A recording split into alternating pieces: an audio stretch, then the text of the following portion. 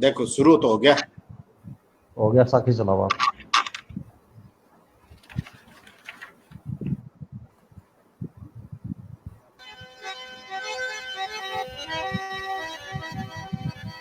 समरा थल जैसो थल नहीं और मंदिर बड़ो मुकाम जाम्बुड़ा वजैसा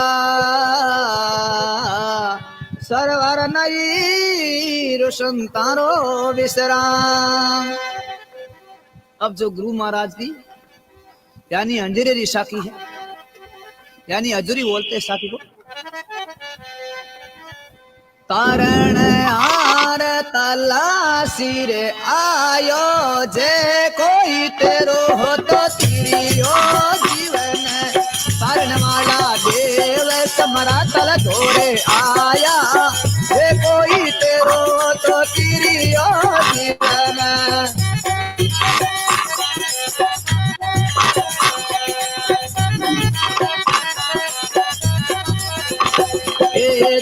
जीवड़ेरो भल पड़तावो सेवारे विषम गिरी करियो जीवन जैन जीवरो भलो थे जाओ तो सेवारे विषम गिरी करियो जीवन।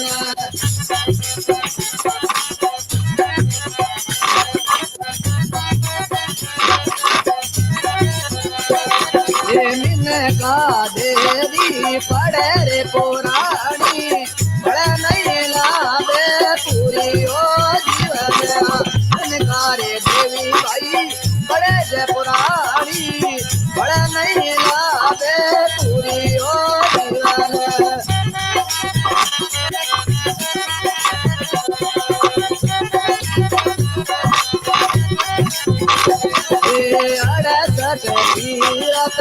एक सुजागत करे आयारो आदरी ओ जीवन अड़सत तीरथ एक सुजागत करे आयन आदरी ओ जीवन।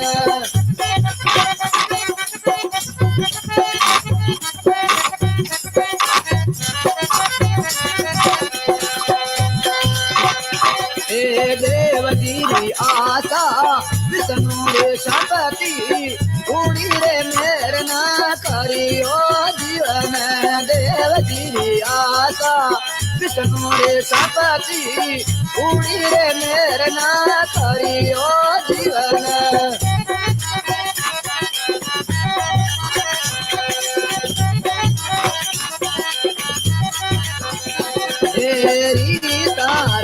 भाई चलो रे निकारो कमांडे करो रे सीलरी ओ जीवन रीता रे चले गिरा चलो रे निकारो कमांडे करो रे सीलरी ओ जीवन।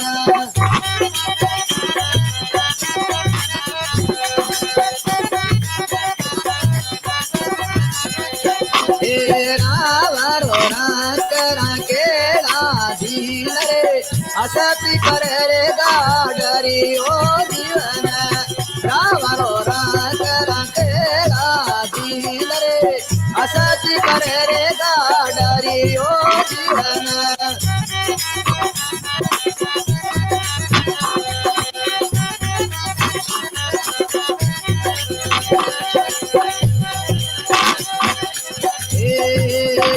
उजड़वासा बसरे उजाड़ा तेरे करे रे दो गारी ओ जीवन उजड़वासा भाई बसरे उजाड़ा तेरे करो रे दो गारी ओ जीवन।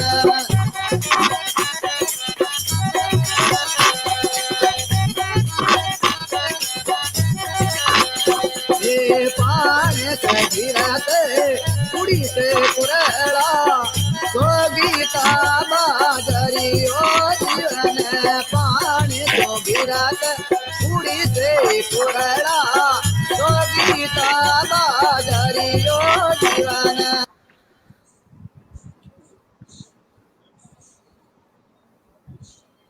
हाँ सुरेंद्र जी करो स्टार्ट। नमस्कार, नमन प्रणाम सभी को। आवाज आ रही है लालचंद जी? हाँ जी, आ रही आवाज आ रही। जामाणी साहित्य अकादमी फेसबुक पेज के सभी दर्शकों को सादर नमन प्रणाम।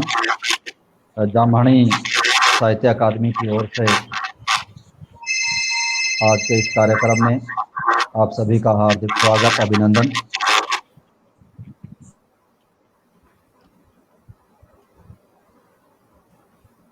जैसा कि आपको विदित है कि इस कोरोना काल में जामाणी साहित्य अकादमी ने एक नवाचार करते हुए फेसबुक पेज के माध्यम से आप सभी तक पहुंचने का प्रयास किया है और इसी जामाणी साहित्य संवाद श्रृंखला का 18वां पुष्प लेकर के हम आप सबके मध्य उपस्थित हैं। और आज के इस कार्यक्रम में प्रोफेसर अनिल राय, हिंदी विभाग, दिल्ली विश्वविद्यालय दिल्ली से अपने विचार साझा करने के लिए हम सबके मध्य उपस्थित हैं। प्रोफेसर अनिल राय वर्तमान संदर्भ में गुरु जम्बेश्वर जी की वाणी की प्रासंगिकता विषय को लेकर के हमसे संवाद करेंगे, अपने विचार हमसे साझा करेंगे। थोड़ा सा परिचय, हालांकि प्रोफेसर अनिल राय किसी परिचय के मोहताज नहीं है, लेकिन फिर भी औपचारिकतावश मैं संक्षिप्त परिचय प्रोफेसर अनिल राय का आप सबसे साझा करना चाहूँगा। प्रोफेसर अनिल राय दिल्ली विश्वविद्यालय के हिंदी विभाग में प्रोफेसर के पद पर कार्यरत है। 30 वर्षों से अधिक आपका अध्ययन का अनुभव है। आदिकालीन और मध्यकालीन साहित्य आपके अध्ययन के विषय सक्षेत्र हैं। आदिकालीन हिंदी साहित्य अध्ययन की दिशाएं निर्गुण काव्य में नारी, माओ के देश में, स्त्री के हक में कबीर, चीनी लोक कथाएं जैसी दर्जनों पुस्तकें आपकी प्रकाशित है और सैकड़ों शोध पत्र विभिन्न पत्र पत्रिकाओं में आपके प्रकाशित हैं। शताधिक राष्ट्रीय अंतर्राष्ट्रीय संगोष्ठियों में आप अपने विचार प्रस्तुत कर चुके हैं, अपनी सहभागिता निभा चुके हैं। 30 वर्षों से अधिक आपका अध्यापन का अनुभव है।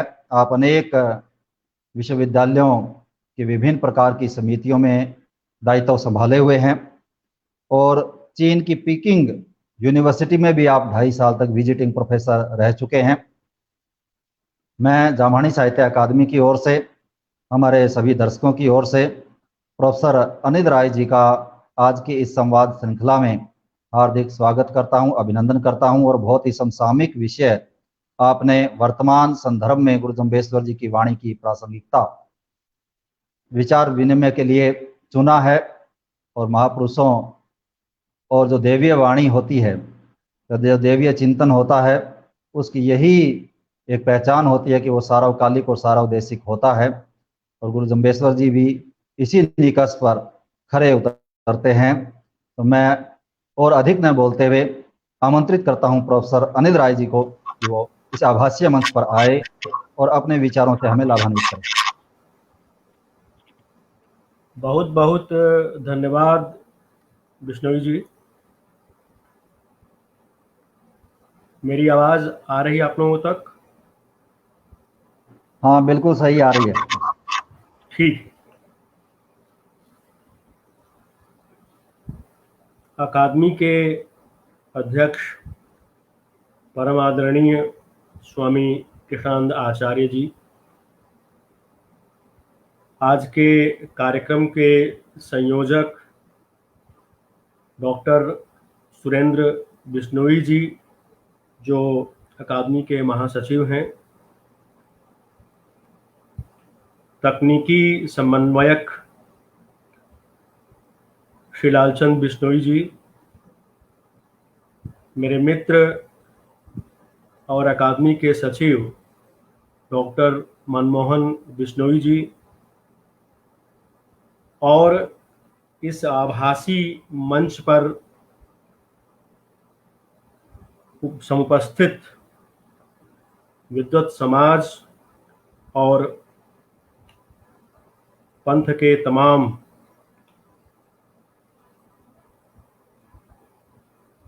अनुयायीगण और मित्रों, सबसे पहले तो मैं डॉक्टर बिश्नोई जी का आभार व्यक्त करता हूं कि उन्होंने महान गुरु, मैं तो संत भी कहता हूं, उन्हें जम्भेश्वर जी की वाणियों का आज के संदर्भ में क्या उसकी प्रासंगिकता है, उस विषय पर मुझे अपनी बात कहने का अवसर प्रदान किया। मित्रों, हम लोग अध्यापक हैं, साहित्य पढ़ते पढ़ाते हैं और मेरा जो क्षेत्र है वो विशेष रूप से मध्यकालीन साहित्य है और आदिकालीन साहित्य है। 2017 में मुझे अवसर मिला, अकादमी की तरफ से एक अंतर्राष्ट्रीय संगोष्ठी की गई थी जो हमारे ही विश्वविद्यालय के, हमारे ही विभाग के सहयोग से विज्ञान भवन में आयोजित की गई थी। उस समय मुझे डॉक्टर मनमोहन बिश्नोई जी ने संपर्क किया और उन्होंने कहा कि सर आपको कि हमारे इस अंतर्राष्ट्रीय संगोष्ठी में पेपर पढ़ना है। तत्काल उन्होंने गुरु जी की वाणियों का संकलन मुझे दिया, उसका मैंने पारायण किया और उसके पश्चात एक छोटा सा पेपर मैंने तैयार किया जिसका वाचन उस अंतर्राष्ट्रीय संगोष्ठी में मैंने किया था। संयोग से हमारे मित्र हैं डॉक्टर हरीश नवल, वरिष्ठ हैं, समादरणीय हैं। जब मॉरिशस में विश्व हिंदी सम्मेलन हो रहा था तो भारतीय संस्कृति के बहुत से पक्षों पर वो चाहते थे कि लेख मिले। उन्होंने मुझसे कहा और वो जो पेपर था मैंने उनको दे दिया और भारतीय सांस्कृतिक संबंध परिषद, जो विदेश मंत्रालय की स्वायत्त संस्था है, उसकी पत्रिका, उसके जर्नल गगनांचल में वो प्रकाशित हुआ। लेकिन जब मैं गुरु जी के विचारों को पढ़ रहा था, उनकी वाणियों को पढ़ रहा था, तो मुझे लगा कि गुरु जी का स्थान,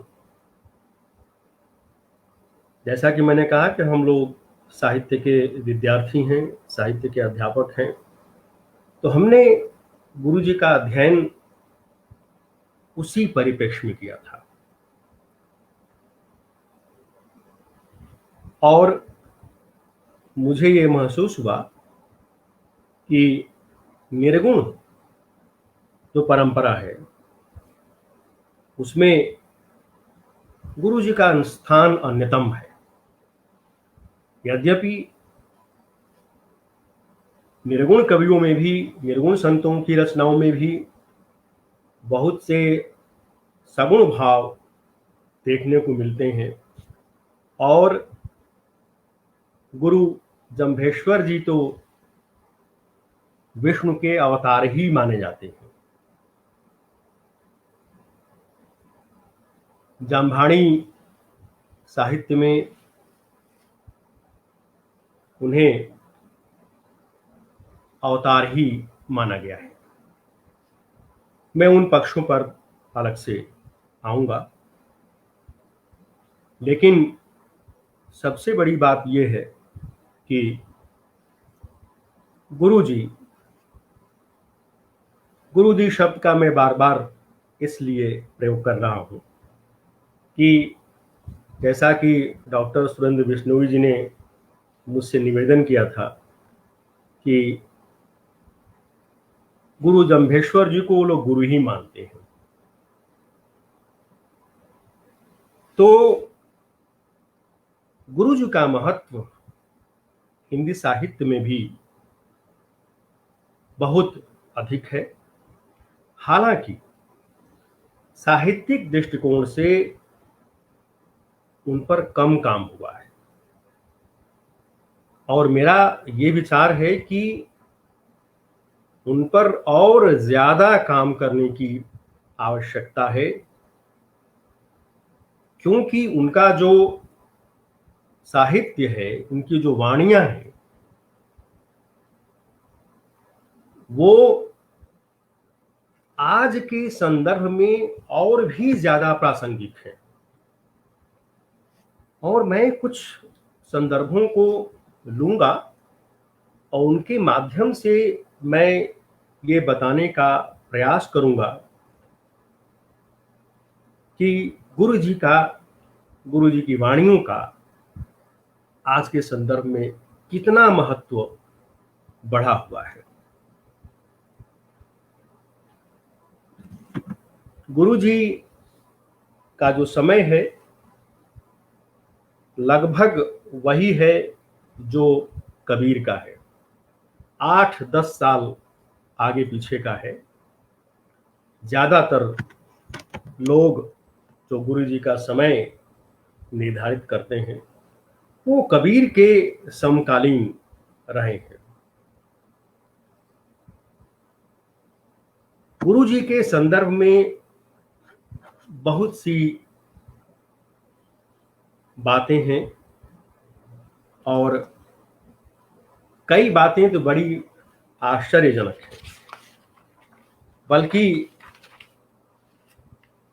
गुरु जी का जो जीवन है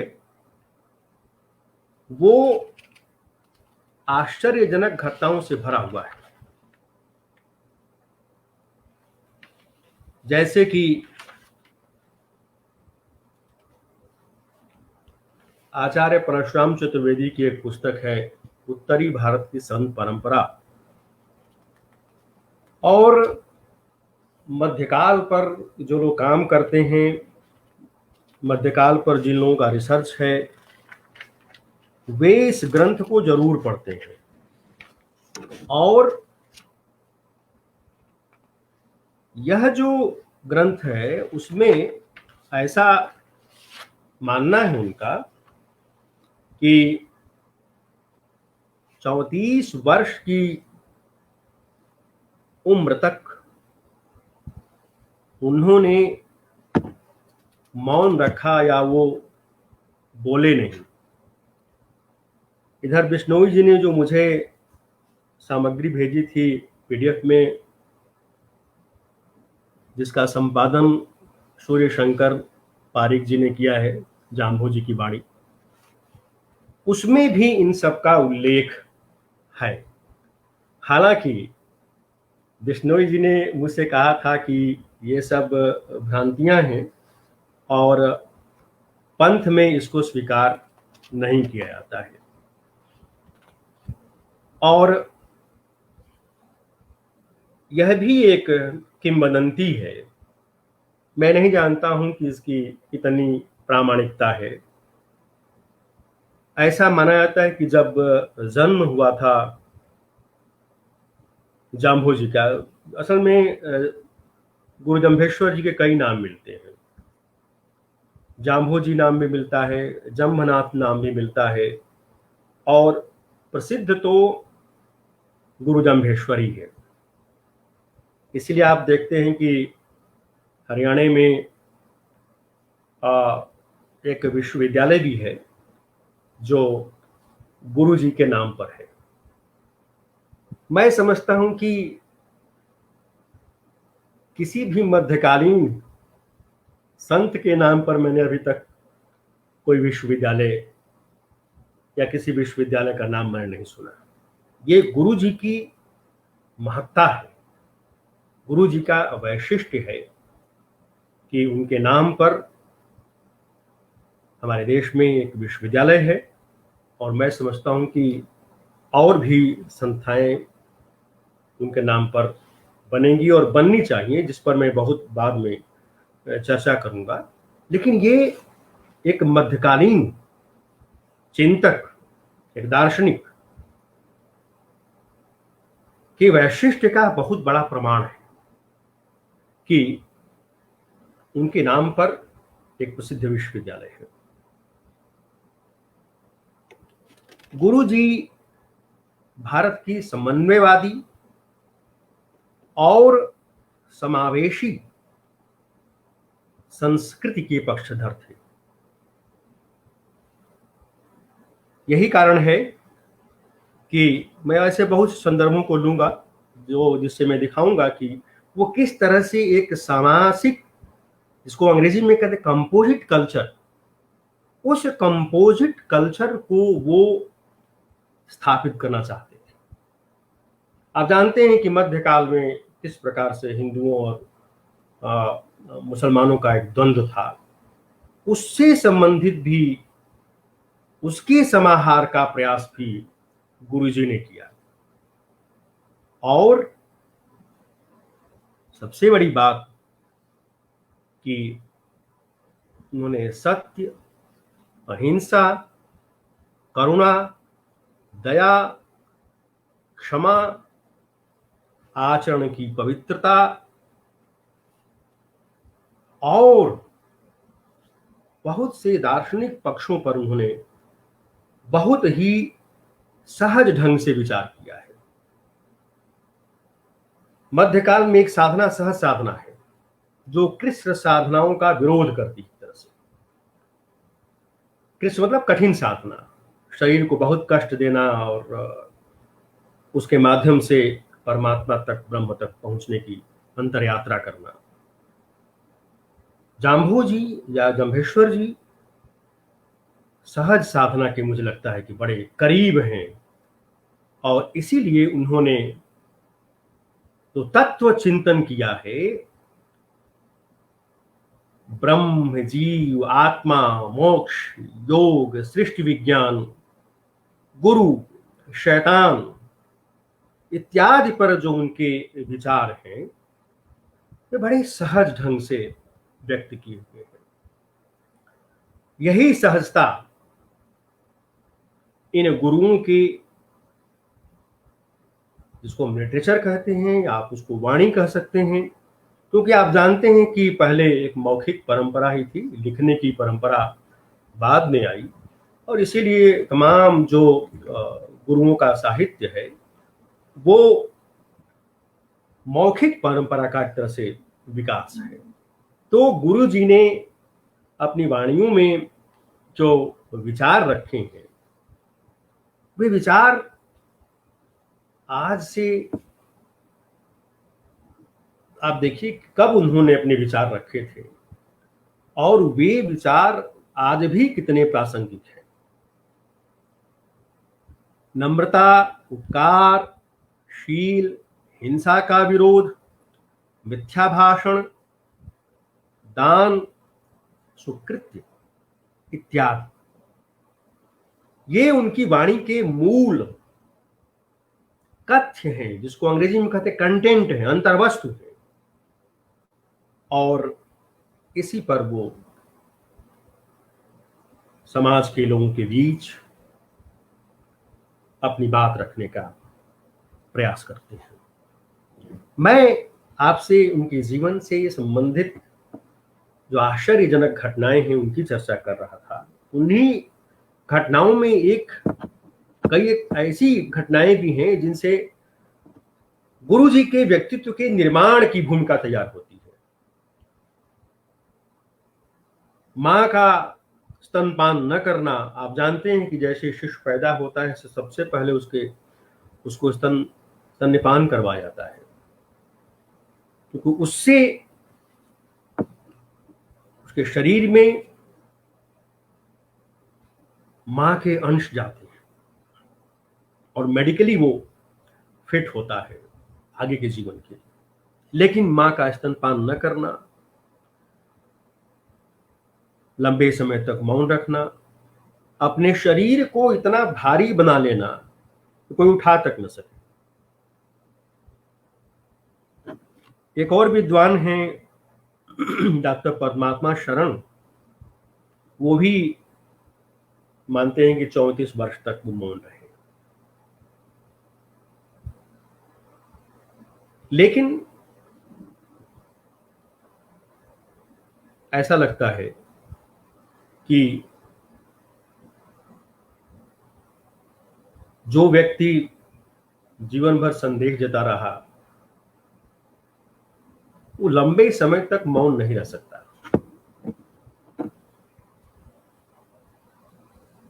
हो सकता है कि अगर मौन रहा भी होगा तो अपने व्यवहार से वो जरूर कुछ न कुछ संकेतित कर रहा होगा।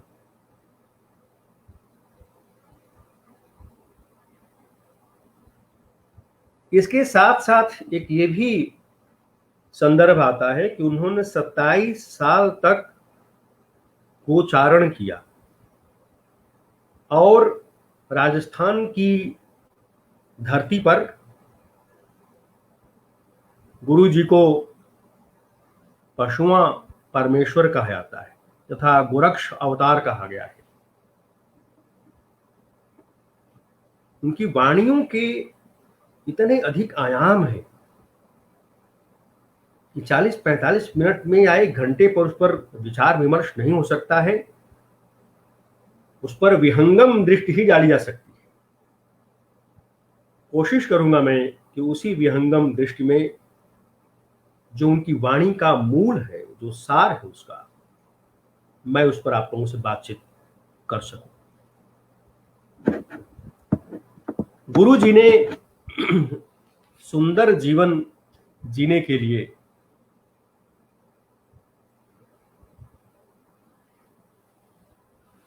उनतीस नियम बनाए।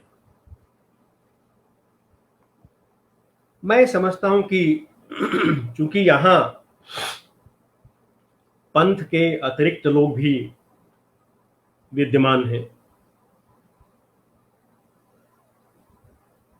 तो पंथेतर लोगों को भी उसकी एक झलक या उसकी बेसिक जानकारी मिलनी चाहिए, ताकि वे भी अपने जीवन में उनका आचरण कर सकें और उससे अपने जीवन को सफल बना सकें। मैं थोड़ा थोड़ा उन नियमों की चर्चा करूंगा। पहला नियम है 30 दिन तक सूतक रखना। ये बहुत ही अच्छा नियम है और आज जो आयुर्विज्ञान है वह भी इसको दकियानूसी और आडंबरपूर्ण नहीं मानता है। स्वास्थ्य की दृष्टि से बहुत जरूरी है। दूसरा है 5 दिन तक रजस्वला स्त्री को गृह कार्य से अलग रखना। आज जो स्त्री विमर्श की बात की जा रही है, मैं समझता हूं कि गुरु जी की वाणियों से लोगों को संदेश ग्रहण करना चाहिए कि वो समाज के हर व्यक्ति का, हर तबके का ध्यान रखते हैं। और जब आप जानते हैं कि जब मेंसेस शुरू होते हैं उसके बाद बड़ी कष्टदायी स्थिति होती है स्त्रियों की, हम पुरुष लोग उसको नहीं समझ पाएंगे। लेकिन गुरु जी का ध्यान उस पर भी गया और आज हालांकि बहुत सी चीजों का आविष्कार हो गया है जिससे महिलाओं को राहत मिलती है। तीसरा है प्रातः काल स्नान करना। मित्रों, आजकल की जो हमारी भागम भाग की जिंदगी है उसमें हम लोग पहले नाश्ता कर लेते हैं फिर स्नान करते हैं। स्वास्थ्य की दृष्टि से ये अच्छा नहीं है। मेडिकली प्रूव्ड है कि आप अगर स्नान के पश्चात नाश्ता करते हैं, भोजन करते हैं, तो उसका आपके स्वास्थ्य पर अच्छा असर पड़ता है। इसके अतिरिक्त आपका मन प्रसन्न रहता है, मन स्वस्थ रहता है, और जब मन स्वस्थ रहता है तो शरीर भी स्वस्थ रहता है। और इसीलिए, क्योंकि संतों का मूल उद्देश्य समाज को स्वस्थ रखना तो था ही, जो परमात्मा है वह स्वस्थ शरीर में ही बसता है, स्वस्थ मन में ही बसता है। स्वस्थ आत्मा, हर आत्मा तो को उसका तो उसके ऊपर तक किसी का कोई प्रभाव हो ही नहीं सकता, लेकिन अपने को स्वस्थ रखना जरूरी है। चौथा जो नियम है, शील, संतोष व शुद्धि रखना। आप समझ सकते हैं कि शील हमारे जीवन का कितना महत्वपूर्ण पार्ट है, भाग है। संतोष कितना जरूरी है। जाम्भेश्वर जी भी कहते हैं, और उन्हीं के समकालीन संतों ने भी कहा, जब आवे संतोष धन, सब धन धूरी समान। मित्रों, अगर संतोष नहीं है मनुष्य को, तो आपके समक्ष दुनिया की सारी दौलत रख दी जाए, आप संतुष्ट नहीं होंगे, आप सुखी नहीं होंगे। एक दिन मेरे एक छात्र ने सवाल किया कि सर, संतोष सुख क्या है? मैंने उससे कहा कि संतोष ही सुख है। अगर संतोष नहीं आपको किसी चीज से, क्योंकि ये संसार अनफाइनाइट है, असीमित है, हमारी आकांक्षाएं असीमित हैं, लेकिन उन आकांक्षाओं की पूर्ति नहीं हो सकती। सभी आकांक्षाओं की पूर्ति नहीं हो सकती। और मैं तो कई बार, मुझे आश्चर्य होता है, अब विज्ञापन में आता है, ये दिल मांगे मोर, पता नहीं आदमी को कितना चाहिए। ये मोर की कोई सीमा नहीं है, और ज्यादा चाहिए, और ज्यादा चाहिए। आप देखिए ना, संसार में मारा मारी किस बात के लिए हो रही है? इसीलिए, इसी बात के लिए हो रही है कि हमको और ज्यादा चाहिए, और बल्कि सब कुछ मुझे ही मिल जाए। पूरे आप विश्व के परिदृश्य को आप देखें तो सारी दुनिया में इसीलिए आपाधापी मची हुई है, हाय हाय मची हुई है कि सब मुझे चाहिए। तो गुरु जी की वाणी उसका समाधान करती है कि ना, जितना चाहिए उतना ही लो। अंग्रेजी में एक शब्द है एडिशनल, अतिरिक्त। जो एडिशनल होता है, जो अतिरिक्त होता है, जो फालतू होता है, वो हमेशा परेशानी का कारण बनता है। मैं एक छोटा सा संदर्भ दूंगा आपको। उससे, मैं एक बार विश्वविद्यालय जा रहा था पढ़ाने, और मैं पैदल जा रहा था, और एक व्यक्ति बहुत बड़ी गाड़ी के साथ रुका, दरवाजा खोला उसने और मुझसे कहा कि साहब आपसे 2 मिनट बात करना चाहता हूँ। मैं सोचा कि अनजान आदमी, मैं इतनी बड़ी कार में बैठा हुआ, मर्सिडीज कार में, मैं इससे क्या बात करूँ। मैंने कहा नहीं, मेरे क्लास का समय हो रहा है, मैं तो जा रहा हूँ। बोला साहब आप 2 मिनट 1 मिनट समय दीजिए। उसने कहा कि साहब मैं बहुत परेशान हूँ, और आपको देख करके मुझे लगता है कि मेरी समस्या का समाधान मिल सकता है। आप 1 मिनट मेरी गाड़ी में बैठिए।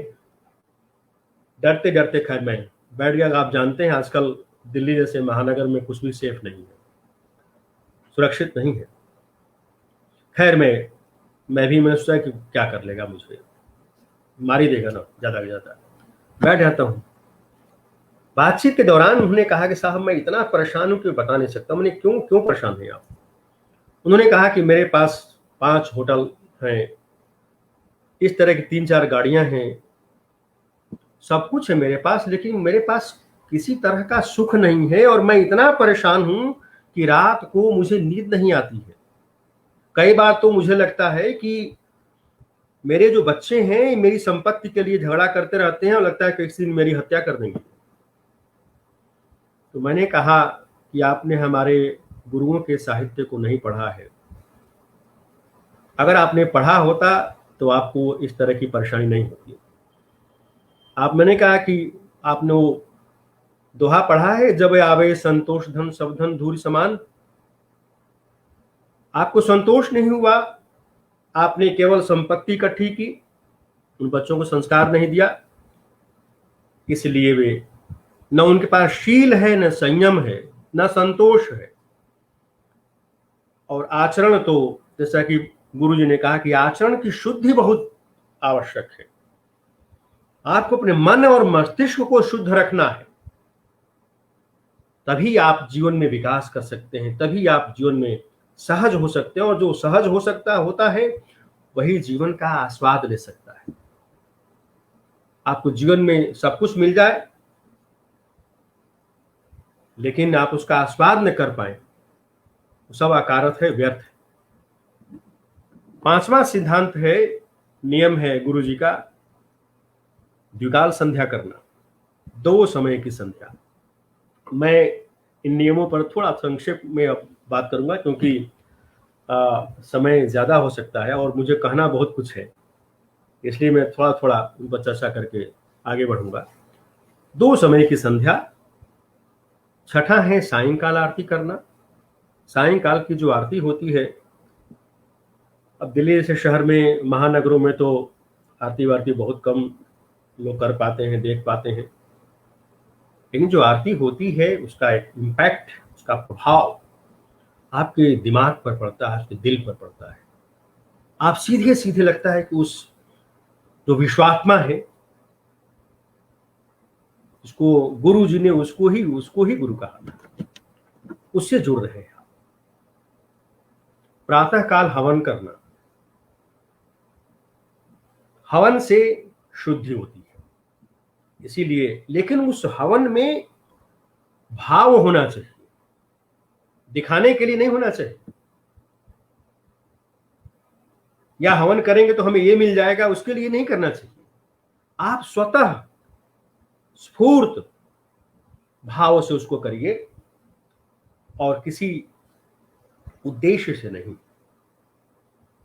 इसलिए कि आपको वातावरण को पवित्र करना है। और मैं आपको बताऊंगा एक कैसे गुरु जी जो हैं पर्यावरण की कितनी चिंता करते हैं, जो आज दुनिया में एक कितना बड़ा संकट हमारे सामने है और क्लाइमेट चेंज पर पूरी दुनिया में चर्चा हुई। 8वां है पानी, दूध, ईंधन को छानबीन कर प्रयोग में लाना। इसके बहुत सारे मेडिकल कारण हैं। आप जानते हैं कि पहले पानी जलाशयों में हुआ करता था। दूध जब निकाला जाता है तो उसमें पशुओं के बाल भी आ जाते हैं, तो उनको सामान्यतः छान लिया जाता है। इसी तरह से ईंधन को भी छानबीन कर ठीक से उसको लगाना चाहिए। वाणी की शुद्धता,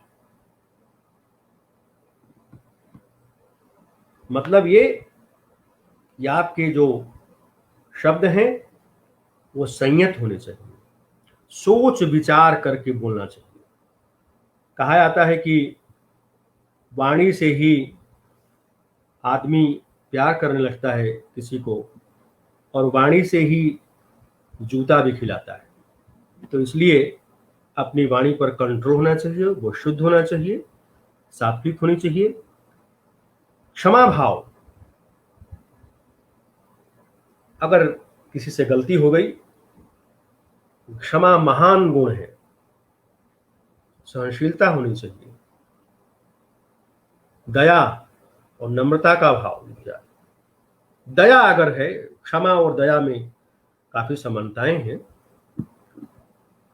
क्षमाशील होंगे तभी दयाशील भी होंगे। 12वां है चोरी न करना। अब आजकल तो दिन रात आदमी चोरी करता है, झूठ बोलता वो भी चोरी है। आप किसी के प्रति दुर्भाव रखते हैं वो भी चौर कर्म है। तो चोरी करना उसका बहुत सारे एस्पेक्ट्स हैं। ये नहीं खाली सामान चुराना किसी का, किसी की निंदा न करना, ये महान गुण है लेकिन बड़ा मुश्किल है। लेकिन अगर आपने इसको साध लिया तो जीवन में कभी आप असफल नहीं होंगे, आपका जीवन सुखमय रहेगा। झूठ न बोलना, हाँ ये नियम मैं देख रहा हूं 29 नियमों का, इसलिए मैं संक्षेप पर चर्चा करें क्योंकि इन नियमों की जानकारी पंथ के लोगों को तो है, लेकिन जो अन्य लोग हैं जैसे साहित्य के बहुत से विद्यार्थी यहाँ जुड़े हुए हैं तो उन लोगों को इसकी जानकारी नहीं है, और वो बहुत से ऐसे लोग हैं जो गुरुजी के बारे में जानते भी नहीं हैं, इसलिए मैं इनकी थोड़ी चर्चा कर रहा हूं। इसीलिए बहुत संक्षेप में इन पर बात कर रहा हूं। वाद विवाद न करना। वाद विवाद का मतलब बेमतलब का कुतर्क कर रहे हैं आप, अनर्गल बातें कर रहे हैं। वाद विवाद न करना ऐसा नहीं कि संवाद मत कीजिए, डायलॉग मत कीजिए, लेकिन बेमतलब का किसी से कुतर्क झगड़ा न करें।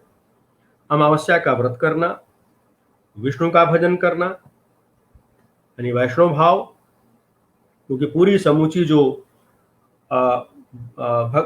जो भक्ति आंदोलन है वो वैष्णव भावना पर टिका हुआ है। जीवों पर दया करना, ये कितना सार्थक है। जो लोग जीवों की हत्या करते हैं, जो लोग उनका भक्षण करते हैं, उनको इससे सीख लेनी चाहिए। हरे वृक्ष न काटना। आज देखिए कि क्या हो रहा है कि हम अपने स्वार्थ के लिए, अपने घरौंदे बनाने के लिए जो जीव जंतु हैं, जो पेड़ों पर रहते हैं, और उन वृक्षों का कितना कंट्रीब्यूशन है हमारे जीवन में, उनसे कितनी हमें ऊर्जा मिलती है, कितना हमें ऑक्सीजन मिलता है, तो उनको नहीं काटेंगे तो कितना हमें उसका लाभ होगा। अपने हाथ से रसोई पकाना मतलब सौपाकी होना। अपने हाथ से रसोई बनाएंगे तो उसका बहुत सी चीजों का ध्यान रखेंगे, और जो सकर्मक विचार हैं आपके, आप उसको जब अपने हाथों से आप कोई काम करते हैं तो वो सेटिस्फैक्शन मिलता है, संतोष मिलता है, उसका इंपॉर्टेंस ही अलग होता है।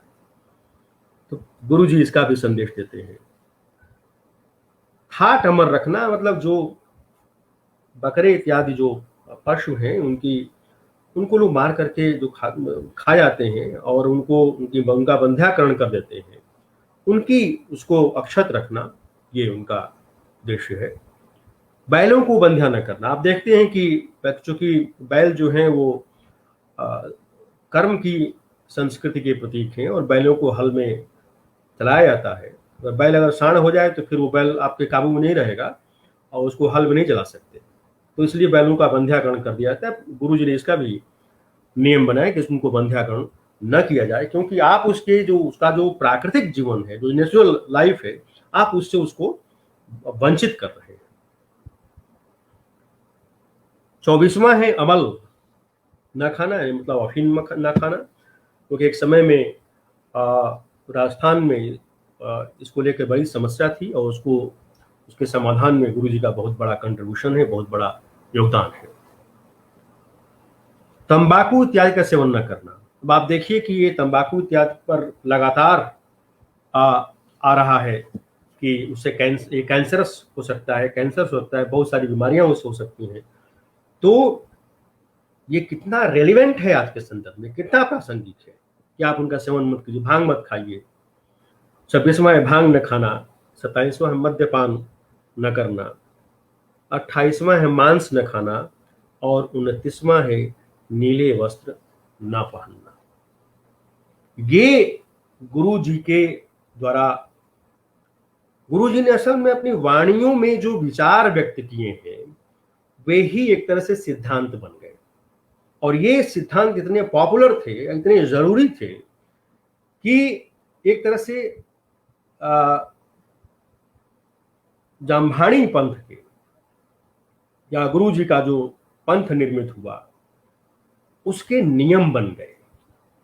और मित्रों, अगर जीवन में नियम से हम चलते हैं तो हमारा जीवन बहुत सुकर होता है, आसान होता है और अच्छा जीवन हम जी सकते हैं। ये जो नियम थे बनाए थे गुरुजी ने, इन नियमों का पालन अगर हम जीवन में करते हैं तो जीवन हमारा सार्थक हो सकता है। ऐसा माना जाता है कि गुरुजी जो थे वो विष्णु के अवतार थे। हालांकि जो साहित्य के विद्यार्थी हैं, जो हिंदी के मध्यकालीन निर्गुण काव्य पर अध्ययन करते हैं, वे कहेंगे कि ये बड़ी अंतर्विरोधी बात है, क्योंकि गुरु जम्भेश्वर जी का जो संदर्भ आता है वो हिंदी साहित्य में निर्गुण भक्ति साहित्य के संदर्भ में ही आता है, और निर्गुण मतवाद जो है वो अवतारवाद का विरोध करता है। इसीलिए आप देखते हैं कि कबीर के यहाँ भी राम है, लेकिन कबीर के राम वही राम नहीं है जो धनुष उठाए हुए राम है। दशरथ के राम है वो राम नहीं, वो निर्गुण है, निराकार है। लेकिन मैंने कई बार ये भी कहा कि निर्गुण निराकार होने के बावजूद उनके पास दिल है, हृदय है, वो दीन और दुखियों को लेकर द्रवित होते हैं। तो गुरु जी को जो पंथ के मानने वाले हैं वो लोग विष्णु के अवतार मानते हैं, और इसमें कोई बुरी बात नहीं है, क्योंकि उनका संबंध एक तो गोचारण संस्कृत से रहा है। और आप जानते हैं कि कृष्ण जो है गाय चराते थे, और वे भी विष्णु के अवतार हैं। विष्णु के दो बड़े प्रसिद्ध अवतार हैं, राम और कृष्ण। तो इस तरह से वहां से ये संदर्भ जुड़ सकता है। और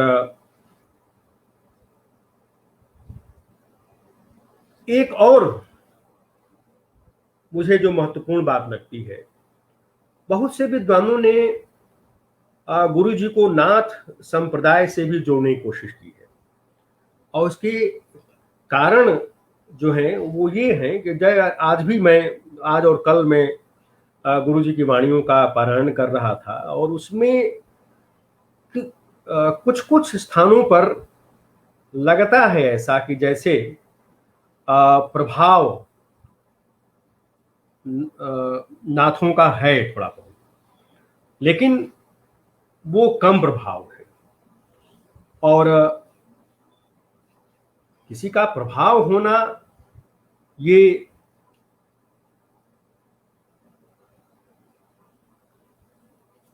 अच्छा, मैं आपकी बात नोट कर लेता हूँ। नील वस्त्र, एक हमारे कोई श्रोता है जो पूछ रहे नील वस्त्र का क्यों विरोध, मतलब वो नियम बना है।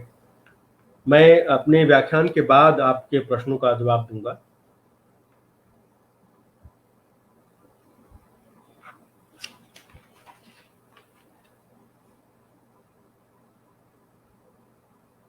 मैं बात ये कर रहा था कि उन पर प्रभाव इसलिए दिखता है कि उन्होंने बहुत सी चीजों का, जो नाथों और सिद्धों के यहाँ जिस पर चर्चा हुई है, उस पर भी उन्होंने विचार किया है। लेकिन हमें इस विवाद में न पड़ करके कि उनका कितना प्रभाव है कितना नहीं है, क्योंकि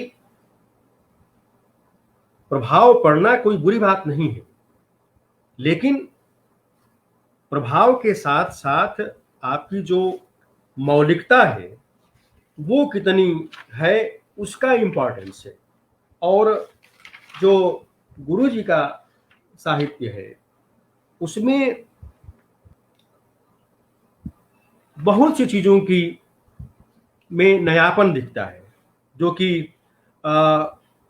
अन्य निर्गुण संत हैं या निर्गुण साधक हैं या चिंतक हैं, उनके यहाँ ये सब चीजें नहीं मिलती हैं। हालांकि जब मैं अध्ययन कर रहा था तो मुझे ऐसी बहुत सी चीज़ें मिली जिसमें मुझे लगा कि कबीर और उनकी वाणियों में बड़ी समानताएं हैं। और चूंकि समकालीन रहे हैं लोग, इसलिए, और कबीर तो यायावरी थे, बहुत जगहों पर वो जाते थे, घूमते थे। और मुझे लगता है कि गुरु जी भी, जम्भेश्वर जी भी राजस्थान से निकल करके बहुत से प्रदेशों में गए होंगे और इनकी वाणियों का बहुत सारा प्रभाव देखने को मिलता है। मैं कुछ संदर्भों का उल्लेख करना चाहूंगा और ये दिखाना चाहूंगा आपसे कि एक ये भी है कि गुरु जी की जो वाणी है उसको जामभाणी साहित्य में पांचवा वेद कहा जाता है। और ये अच्छी बात है कि एक पंथ के लोग उसको वेद का स्थान देते हैं, तो ये तो बहुत ही महत्वपूर्ण बात है। उसको काव्य नहीं मानते हैं। जैसा कि मुझे संदेश भेजा डॉक्टर सुनील बिश्नोई जी ने कि हम लोग उसको काव्य नहीं मानते हैं, तो ये बड़ा अंतर्विरोध लगता है। जब हमारी जो एकेडमी बनी है जामभाणी साहित्य, तो साहित्य जो है वो काव्य का ही एक भाग है, कविता साहित्य से अलग नहीं होती है। तो ये बड़ा अंतर्विरोध लगता है कि हम उसको काव्य नहीं मानते हैं। काव्य ठीक है, उस अर्थ में आप न माने क्योंकि धर्मोपदेश या उपदेश उसमें ज्यादा है। इसीलिए आप देखें कि हिंदी साहित्य का इतिहास जो लिखा आचार्य शुक्ल ने, उन्होंने तमाम जो धर्मोपदेशक जो साहित्य है उसको काव्य के अंतर्गत नहीं लिया। इसीलिए सिद्धों और नाथों की वाणियों को बहुत वो उतना महत्वपूर्ण नहीं मानते हैं। यहाँ तक कि कबीर पर भी बहुत कम लिखा, क्योंकि वो भी धर्मोपदेशक के रूप में उनको लगता है कि वो ग्रहण करते हैं, लेकिन जो उनका सामाजिक पक्ष है उस पर वो बहुत गंभीर टिप्पणी करते हैं। और यही कारण है कि आप देखें कि ये जितने निर्गुण संत हुए हैं, निम्न श्रेणी की जनता पर बहुत बहुत उनका उपकार है। और क्योंकि अगर काव्य को क्योंकि काव्य को हमारे यहाँ ब्रह्मास्वाद सहोदर कहा गया है। काव्य का जो आनंद होता है वो ब्रह्म की अनुभूति कराता है। तो इसलिए अगर हम अपने पंथ में अगर उसको इससे अलग करेंगे तो जो उसकी जो व्याप्ति है, जो उसका विस्तार है, उस तरह से नहीं हो पाएगा। इसलिए ठीक है हम उसको वेद का स्थान दें, लेकिन वो जो साहित्य होता है उसमें काव्य भी होता है। बिना काव्य के साहित्य हो ही नहीं सकता है।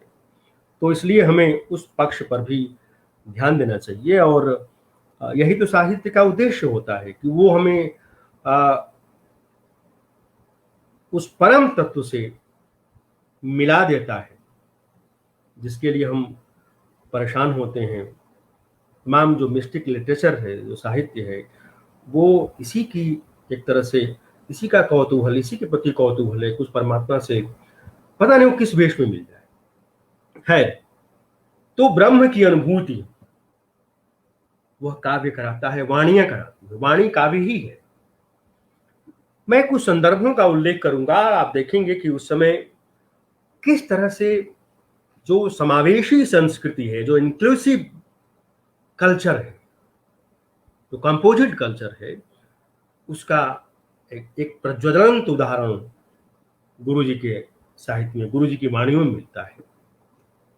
लूणकरण और नागौर के शासक, तत्कालीन शासक मोहम्मद खान का एक प्रसंग आता है जिसमें जाम्भो जी हिंदू मुस्लिम एकता के प्रतीक के रूप में आते हैं और दोनों की जो अतिवादिता है, अज्ञानता है, उसको दूर करने का प्रयास करते हैं। क्योंकि मैंने आपसे कहा था कि मध्यकाल में इन दोनों धर्मों या इन दोनों संस्कृतियों की टकराहट दिखाई पड़ती है। लूणकरण ने गुरु जी को देवता कहा और मोहम्मद खान ने उन्हें पीर कहा। दोनों पर पद हैं, दोनों के संवाद को मैं दिखाता हूं आपको और कैसे गुरु जी उसका समाधान करते हैं। लूर कर्ण यूं बोलिया, जंभ गुरु है देव, मोहम्मद खान ऐसे कही, किण विधि कहिए भेव। लूण करण यो बोलिया, विष्णु जपावे और सपड़ावे, धान जिमावे मध्य मांस छुड़ावे, इन पर विधि देव कहावे। ये जो करता है उसको देव कहते हैं। तो उसका कथन है मोहम्मद खान का, मोहम्मद खां इस विधि कही, जंभेश्वर है पीर, लूण करण ऐसे कही, कहो किसी विधि सीर। कलमा कहावे नमाज पढ़ावे, कान चिरावे कफन दिलावे, मुसलमानी राह चलावे, इस विधि करते पीर कहावे। ये काम गुरु जी करते हैं, इसलिए इस विधि से हुए पीर कहलाते हैं हमारे यहाँ। दोनों का समाधान करते हैं गुरु जी, और समाधान इस प्रकार करते हैं, हिंदू मों को मत कहो, मुसलमान मैं नाही, मुसलमान मैं नाही, जाकी करणी सुध है, ता माही दर्शाई। मित्रों, आज के समय में ऐसे ही भाव की आवश्यकता है। जिसकी करनी शुद्ध है, जिसका आचरण शुद्ध है, जिसकी करनी और कथनी में कोई अंतर नहीं है। आज तो आप देखते हैं कि लोगों की करनी और कथनी में कितना फर्क है। ये वही भाव है जहां कबीर कहते हैं कि अरे इन दो उनकी राह न पाई, हिंदू की हिंदुआई देखी, तुर्कन की तुर्काई। सबसे बड़ी बात है मनुष्य धर्म। मनुष्य का जो भाव है उसको महत्व देते हैं गुरु जी, और इसीलिए कहते हैं कि जो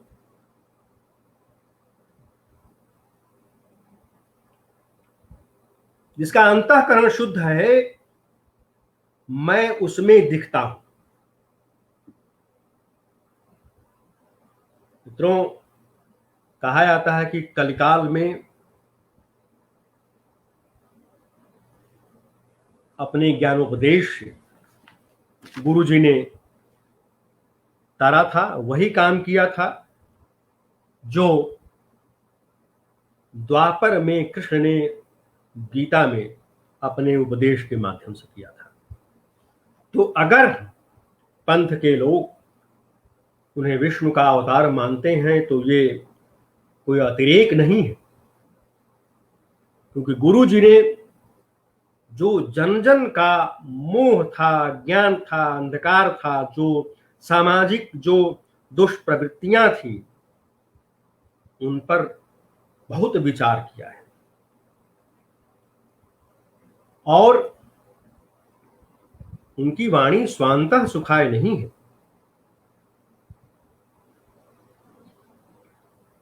बुद्ध ने मित्रों कहा था कि बहुजन हिताय बहुजन सुखाय।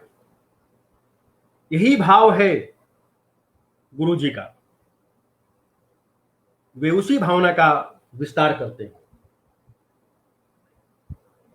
लेकिन कबीर की तरह डांट फटकार करके नहीं, विरोध और विद्रोह करके नहीं, बड़ी सहज शैली में वे बात करते हैं, बड़ी सुंदर भाषा में वो बात करते हैं। तो अगर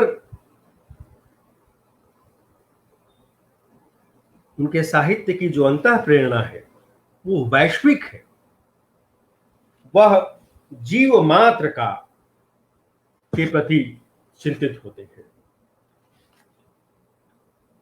सामाजिक समरसता समरसता का होना बहुत आवश्यक है। इससे समाज में जीवन सरल होता है, और जो सरल जीवन जीता है, मैं समझता हूं कि सार्थक जीवन उसी का है। 1542 में भयंकर अकाल आया, और उस समय गुरु जी ने देश के अनेक भागों में सदाव्रतों की स्थापना की। सदाव्रत कहते हैं भंडारे को, और जानते हैं आपके भंडारे में कोई भी जाके खा सकता है, और इसमें अशक्त लोगों के लिए तो विशेष रूप से प्रबंध किया गया था। कहते हैं कि विष्णोई धर्म विवेक में 375 सदाव्रतों का उल्लेख है। आप ये समझिए कि उस समय अगर इतने सदाव्रत चलते थे तो ये कितना बड़ा कंट्रीब्यूशन है। गुरु जी की जो वाणी है वो वेदों और उपनिषदों का सार है। और मित्रों, आप जानते हैं कि हमारे यहाँ जो वेद हैं और जो उपनिषद हैं, उसमें दुनिया की सारी चीज विराजमान है। बल्कि उसके बाद आप महाभारत को देखें, महाभारत में तो व्यास ने कहा था कि यन्न भारते तन्न भारते। तो हमारे यहाँ जो उपनिषद हैं वो जीवन का निचोड़ है और उन ऋषियों के अनुभव हैं, और गुरु जी उन अनुभवों का प्रतिपादन बड़ी प्रमुखता से अपनी वाणियों में करते हैं। ज्ञान और कर्म का वो समन्वय करते हैं। ज्ञान कितना आवश्यक है आज के लिए, आप जानते हैं, तो अंग्रेजी में कहावत है सर्वाइवल ऑफ द फिटेस्ट। आज की दुनिया में जिसके पास नॉलेज होगा, ज्ञान होगा, वही सर्वाइव कर सकता है। लेकिन वो ज्ञान सकर्मक होना चाहिए, कर्म के साथ जब जुड़ेगा वो, तब वो जाकर के ज्यादा कारगर होगा। केवल सिद्धांत बघारने से बात नहीं बनेगी। इसलिए आप देखते हैं कि इंजीनियर तो गाड़ी का वो सब तैयार करता है, लेकिन गाड़ी अगर खराब होती है तो मैकेनिक ठीक करता है उसको। तो सिद्धांत से बात बनती केवल नहीं बनती है, बात व्यवहार ज्ञान होना चाहिए। और इसमें गुरु की बड़ी महिमा है, गुरु की बड़ी कृपा है। हमारे निर्गुण संतों के यहाँ भी गुरु का बहुत इंपॉर्टेंस है, और अब स्वयं कबीर ने गुरु को बहुत महत्व दिया, बल्कि गोविंद से भी ज्यादा महत्व दिया। गुरु गोविंद दो खड़े काके लागू पाए। यही नहीं, इस ज्ञान की धारा में अवगाहन करने के लिए गुरु का सहारा चाहिए। और गुरु का इंपॉर्टेंस कितना है, वही कबीर कहते हैं कि जाका गुरु है आंधला चेला खरा निरंध, अंधे अंधा ठेलिया दोनों कूप पड़ंत। गुरु अगर अज्ञानी है तो चेले को और अज्ञानी बनाएगा, वैसे ही जैसे एक अंधा अंधे को ले जाएगा तो कुएं में गिराएगा। और दृष्टिहीन लोग मेरी बात का बुरा न माने, मैं कबीर की बात कर रहा हूं, अपनी बात नहीं कर रहा हूं। गुरु जी भी, गुरु जम्भेश्वर जी भी कहते हैं, जो गुरु चिन्ह पुरोहित गुरुमुख धर्म बखानी, जो गुरु होएबा सहजे शीले, शब्दे नादे वेदे तिह गुरु का आलिंकार पिछाणी, छव दर्शन जिनके रूपण थापण, संसार वर्तन निज कर थरप्या, सो गुरु प्रत्यक्ष जानी, जिनके खरतर गोठ निरोत्तर, बाचा रहिया रुद्र समानी, गुरु आप संतोषी अवरा, पोपी तत्व महारसमानी। पंथ के अतिरिक्त जो मित्र सुन रहे हैं, मैं इस पद का अर्थ बता दूं गुरुजी कहते हैं कि हे पुरोहित, उस गुरु की पहचान करो जिसने परम गुरु यानी परमेश्वर की पहचान करती है। वह गुरु धर्म का उपदेश करते हैं। जो गुरु पद के योग्य है वह शील, सहज, ब्रह्म स्वरूप, आत्मोपभोगी तथा वेद प्रतिपादित लक्षणों से युक्त है। जिस गुरु के स्वरूप की स्थापना षड दर्शन करते हैं और जिसने संसार रूपी भाणे को अपने हाथों से संस्थापित किया है, उसी गुरु यानी परमात्मा को तुम प्रत्यक्ष जानो, उसका साक्षात्कार करो, पर उस तक पहुंचने का मार्ग बड़ा कठिन है। वह कथनी के परे है, वहां वाणी निरुत्तर हो जाती है, उसमें समस्त रुद्र समा रहे हैं। वह गुरु बड़ा संतोषी है, पर समस्त विश्व का वह पोषण करने वाला है। उस गुरु की वाणी तत्व रूपी महारस से आप्लावित है। यही तत्व और महारस जो है ये कबीर की वाणियों में मिलता है, जहां वो कहते हैं कि ये जो हमारा मस्तक है उसमें महारस झड़ रहा है और कोई कोई योगी ही उसको पा सकता है। उस महारस का पान ऐसा योगी ही कर सकता है जो सहज और सरल हो।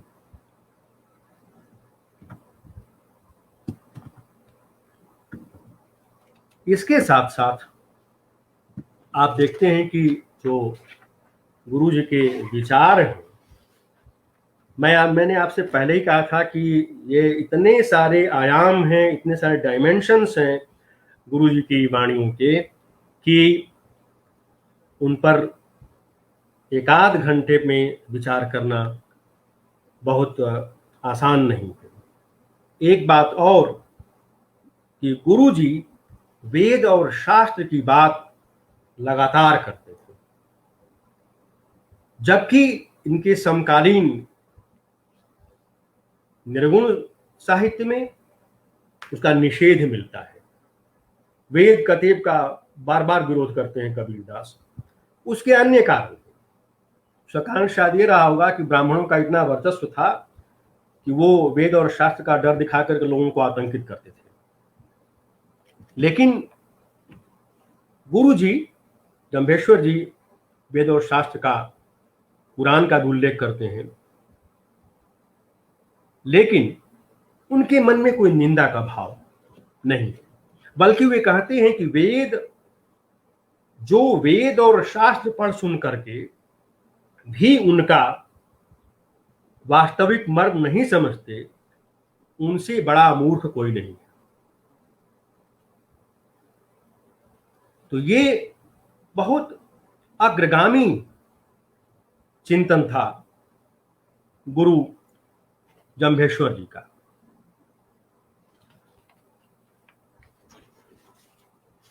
मैंने आपसे चर्चा की थी कैसे वे जीवों पर, पशुओं पर जो अत्याचार होता था उसका कैसे वो एक तरह से विरोध करते हैं। एक पद और मैं कोट करना चाहूंगा। बिश्नोई जी, मैं थोड़ा सा लगभग 15 मिनट समय और लूंगा, ठीक है? ठीक। कैसे वो विरोध करते हैं पशुओं के प्रति जो अत्याचार होता है उसका। मनुष्य की चिंता तो मनुष्य करे, लेकिन जीव मात्र की करे, यही मौलिकता है, यही ओरिजिनलिटी है। और ये ओरिजिनलिटी गुरु जी के साहित्य में, गुरु जी की वाणियों में मिलता है, जो उस समय के अन्य रचनाकारों में संभवतः मिलता है या कम मिलता है। जो पशुओं की हत्या करते हैं और खास करके दुधारू पशुओं की हत्या करते हैं, सुन रे काजी, सुन रे मुल्ला, सुन रे बकर कसाई, किणनी थरपी छाली रोसो, किणनी गाडर गाई, सूल चूभी जय करक दुहेली, तो है जायो जीवन घाई, थे तुर्की चुरकी भिस्ती दायो, खाया खाज अखाजू, घर फिर आवे सहज दुहावे, किसका खीर हलाली, जिसके गले करद क्यों सारो, थे पढ़ गुण रहिया खाली। मतलब ये कि तुम पशुओं की हत्या करते हो, जिस गाय को दुहते हो, जिस गाय के दूध से तुम खीर बनाकर हलाल करते हो, ये तुम्हारे यहां पचता कैसे है?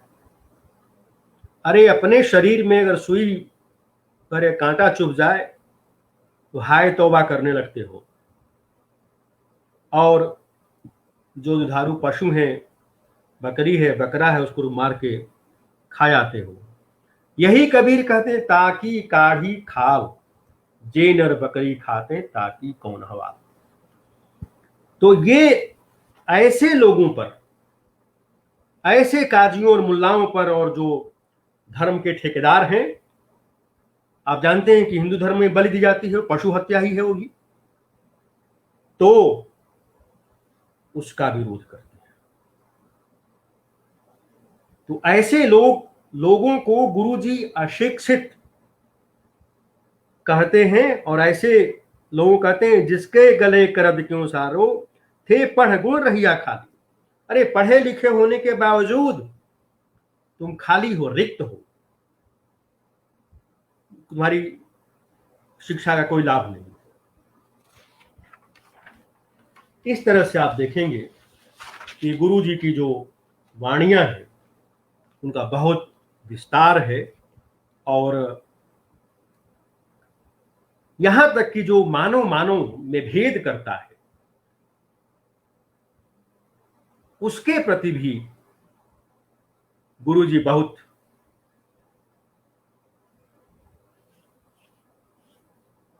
मतलब ऐसी बातें करते हैं कि वो कुछ समझ जाए और इस तरह का व्यवहार न करें। वो अपने जीवन से उदाहरण देते हैं। वैसे मानवीय गहरे करुणा से संपन्न चिंतक थे, और सही अर्थों में युग चेता चिंतक थे।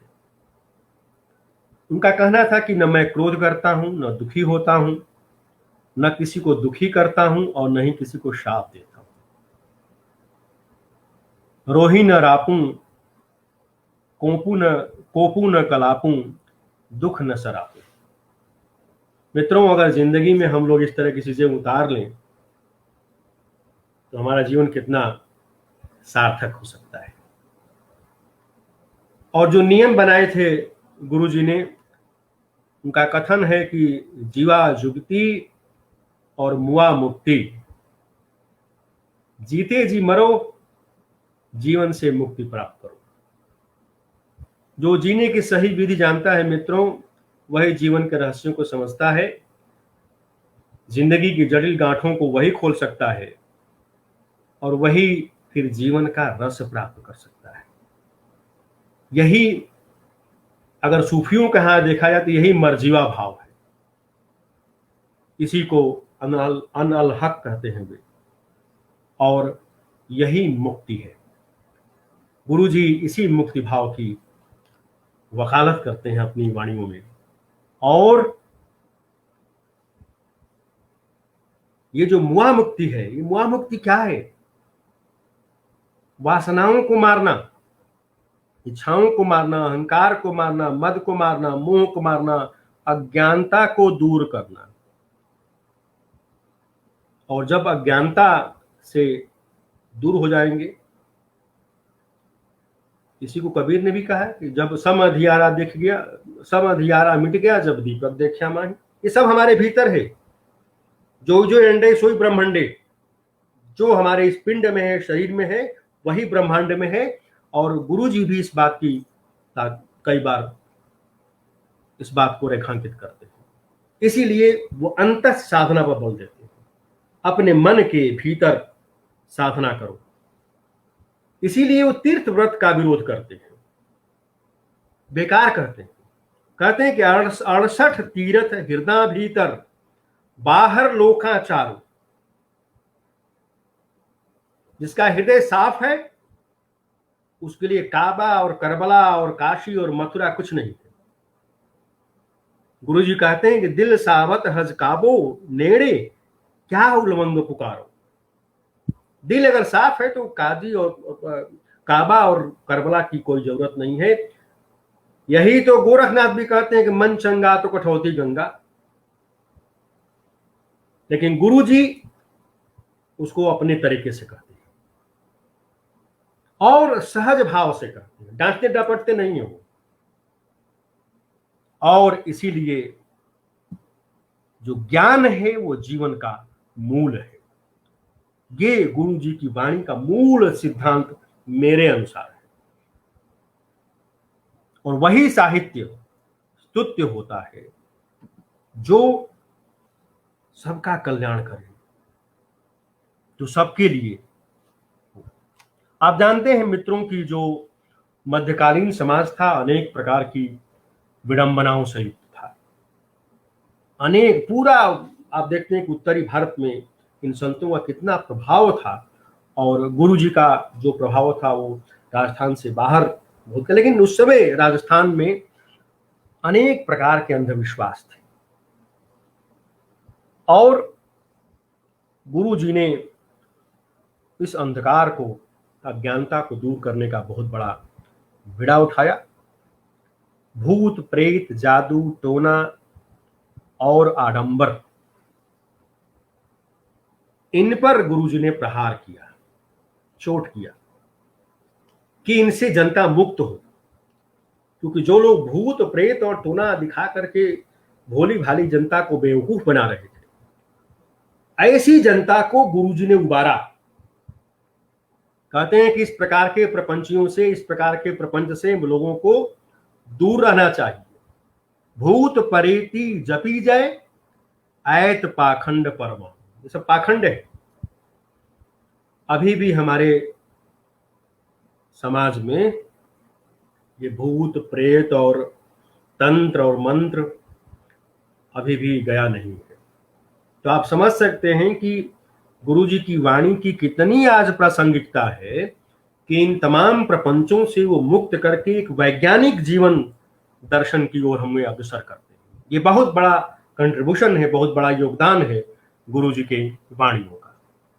बस मैं अब 2-4 मिनट में अपनी बात समाप्त कर दूंगा।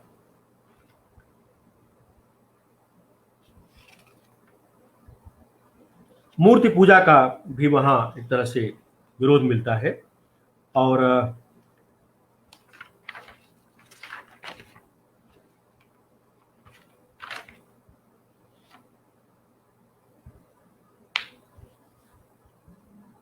सत्कार यानी परोपकार। परोपकार की बड़ी महिमा है गुरु जी की वाणी में।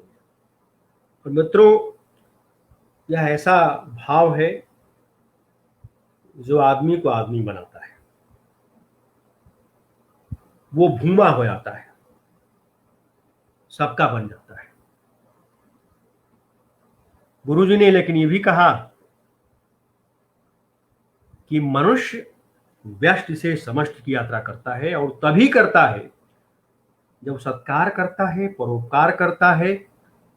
किंतु कुपात्र और पाखंडियों के प्रति लोगों को उसे सजग भी करना चाहिए, जो स्वयं काम ये गुरु जी कर रहे थे। उनका कहना है कि कुपात्र और पाखंडी को दिया गया दान उसी प्रकार है जिस प्रकार अंधेरी रात में चोर घर का सामान ले आता है।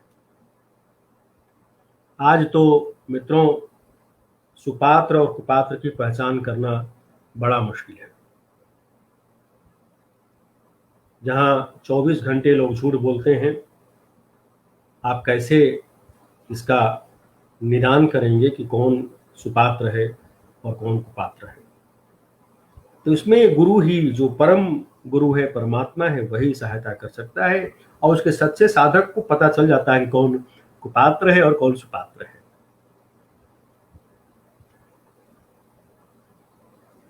यहां तक कि गुरु जी कहते हैं, बड़ी मार्मिक बात है कि जो स्वार्थ वृत्ति के लोग हैं, जिन्हें अपना केवल स्वार्थ दिखता है, वो गुरु चेले के पांव पड़ने लगता है। गुरु चेले के पाए लागे देखो लोग अन्यायी। गुरु जी कहते हैं कि भाई ये अन्याय देखो, गुरु ही चेले का पैर पकड़ रहा है।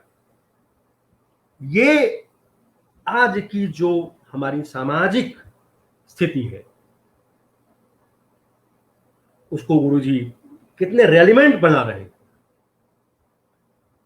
और खास करके जो हमारा जो सत्ता प्रतिष्ठान है, आज की जो राजनीति है, उस परिप्रेक्ष्य में आप देखिए कि कौन कब गुरु और कौन कब चेला, और कैसे गुरु जो है गुरु घंटाल हो जाता है।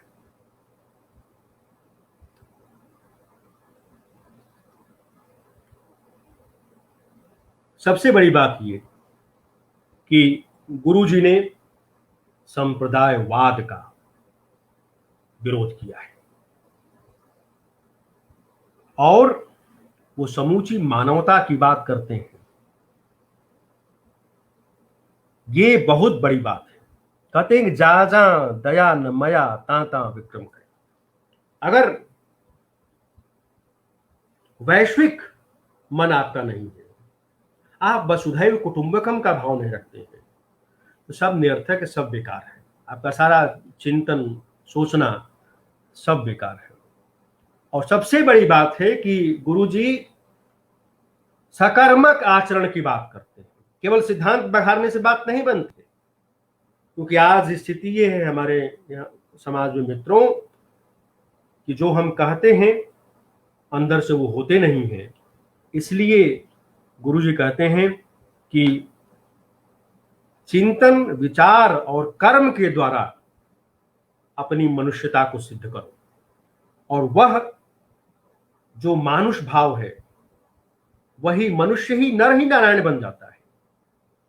ये बड़ी इंपॉर्टेंट बात है कि गुरुजी ऐसे लोगों को सचेत करते हैं कि अच्छा कर्म करोगे, सद्व्यवहार करोगे, अच्छे आचरण करोगे, तभी जीवन सफल हो सकता है। और वही अच्छे आचरण की वजह से ही तो हमारे यहाँ राम कृष्ण और गुरु जी की पूजा होती है।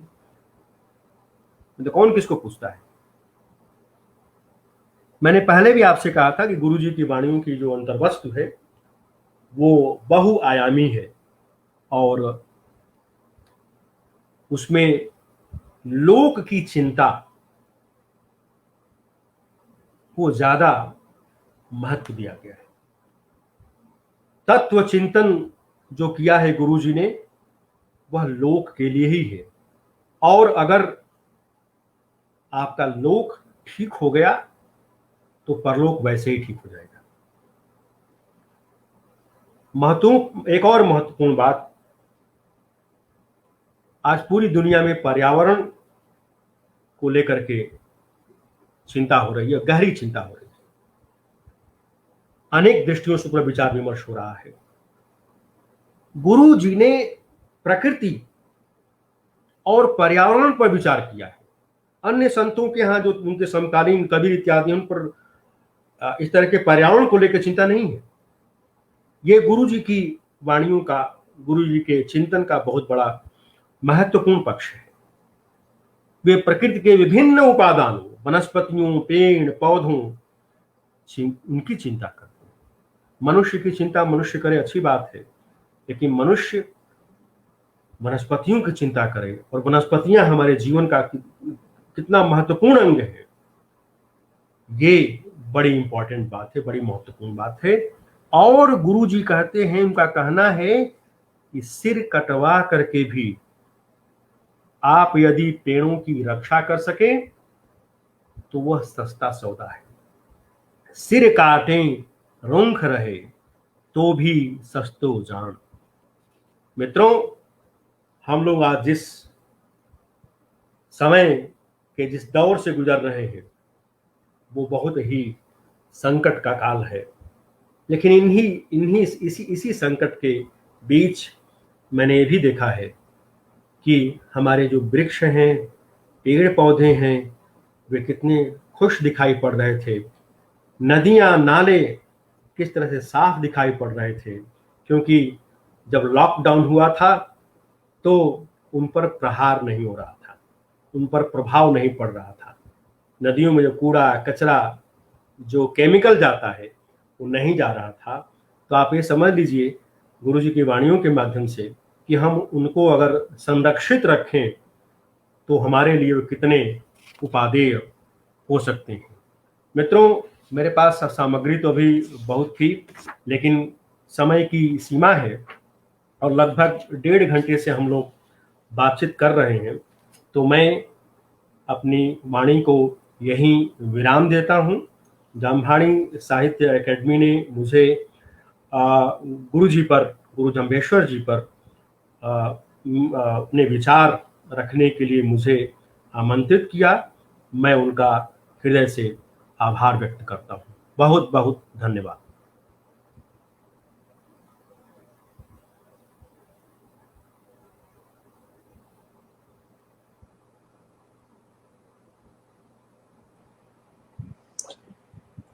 धन्यवाद अनिल सर, बहुत बहुत धन्यवाद।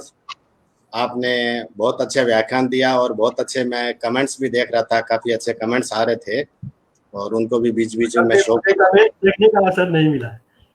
नहीं नहीं, बहुत बहुत अच्छा लगा, बहुत अच्छा रहा और बड़ा आराम से, सुख शांति से चला, कोई टेक्निकल प्रॉब्लम ही नहीं आई।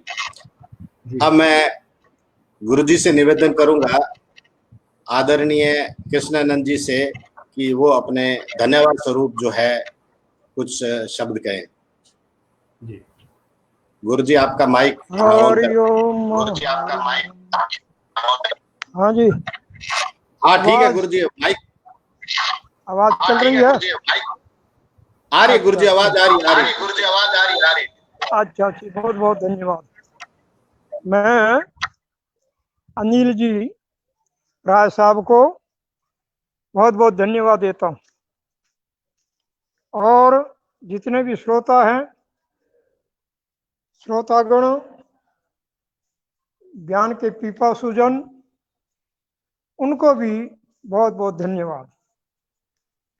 निश्चित ही किसी भी महापुरुष के बारे में और उनका किया हुआ ज्ञान कथन किसी देश काल की परिस्थिति में बांधा नहीं जा सकता, सार्वजनिक होता है, सदा सदा के लिए होता है। और जिस समय शब्दवाणी गुरुजी ने कही, और वही शब्दवाणी आज भी निश्चित ही बहुत ही प्रासंगिक है। ये बात राय साहब ने खूब अच्छी तरह से बताई, हम बहुत ही उपकृत हुए, और श्रोतागण भी। आपको बहुत बहुत धन्यवाद, सभी को धन्यवाद। बहुत विस्तार से मैं गंगा किनारे बैठ करके गंगा के प्रवाह के साथ साथ ही आपकी वाणी का प्रभाव भी बराबर सुनता रहा। समय का पता नहीं चला और आपको भी समय का पता नहीं चला। यही ज्ञान की कसौटी है। धन्यवाद, सभी को धन्यवाद। हरिओम तत्सत। हरिओम।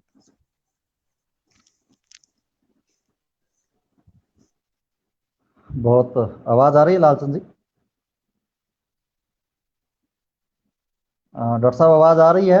राय साहब आ रही है सर, आ रही। बहुत धन्यवाद प्रोफेसर अनिल राय जी, पूज्य स्वामी कृष्णानंद जी। डॉक्टर अनिल राय जी ने, जैसा गुरु जी ने कहा, कि बहुत ही सारगर्भित वक्तव्य हम सबके सामने रखा। फिर भी मैं 2-3 बातों की ओर डॉक्टर साहब का ध्यान आकर्षित करना चाहूँगा। जैसा आपने परशुराम चतुर्वेदी और परमात्म शरण का संदर्भ देते हुए ये तथ्य रखा कि 34 वर्ष तक गुरु जम्भेश्वर जी ये हिंदी साहित्य की सरस्वती जी ने पहला शब्द बोला, तक ऐसे महापुरुष का मौन रहना संभव भी नहीं है। तो 7 वर्ष की अवस्था में पहला शब्द गुरु जम्बेश्वर जी ने बोला था, इसलिए ये तथ्य पूर्ण रूप से भ्रामक है, जैसा पहले भी मैंने कहा। और दूसरा, जो काव्य को लेकर के बात थी, उसमें कहने का अभिप्राय मेरा इतना ही था कि उनकी वाणी उस तरह से काव्य नहीं है जैसे सूर, कबीर, तुलसी की है। ऐसी चेष्टा भी उन्होंने नहीं की थी। वो वास्तव में देववाणी है, जिसके अनेक प्रमाण भी हैं। तो आपने गुरु जम्बेश्वर जी के सिद्धांतों का पर्यावरण, नैतिक उत्थान, पाखंड विरोध, नशा विरोध, सात्विक जीवन, हिंसा का विरोध, जो आज के समय में भी बहुत अधिक प्रासंगिक है, और उनकी प्रासंगिकता बल्कि उस समय के बजाय अब काफी अधिक बढ़ गई है उनकी प्रासंगिकता, उन सब का बहुत ही अच्छी तरह से निरूपण करते हुए आपने अपना वक्तव्य यहाँ पर रखा। हम सब आपके जमा आभारी हैं, हमारे दर्शक आपके आभारी हैं, और आपसे अनुरोध करते हैं कि आप समय समय पर इसी तरह से हमें समय देते रहें। और आप, क्योंकि आपके पास में वो ताकत है कि आप उनके ऊपर शोध को बढ़ावा दे सकते हैं, जिसका जिक्र भी आपने किया कि और अधिक शोध की जरूरत है, तो और अधिक शोध आप ही करवा सकते हैं। वो ताकत, वो शक्ति आपके पास ही है। तो हम पुनः हृदय की गहराई से आपका अभिनंदन करते हैं, आपका आभार व्यक्त करते हैं, आपकी अभ्यर्थना करते हैं। और मैं मानता हूं कि हमारे बहुत से शोधार्थी आज मैंने देखे हैं, पहली बार इस व्याख्यान से जुड़े हुए हैं, वो इस कार्य को और अधिक आगे बढ़ाएंगे। और जैसी जो आपने एक बीजारोपण किया है, वो गुरु जम्बेश्वर जी की वाणी पर शोध को और अधिक विस्तार देंगे, ऐसा मुझे विश्वास है। मैं जामहाणी साहित्य अकादमी की तरफ से आपका और जुड़े हुए तमाम दर्शकों का हार्दिक आभार प्रकट करता हूं। और अगले रविवार को हम फिर किसी एक नए विषय के साथ, एक नए विद्वान के साथ आप सबसे मिलेंगे। तब तक के लिए हम आपसे अनुमति चाहते हैं और आपका पुनः आभार प्रकट करते हैं। धन्यवाद।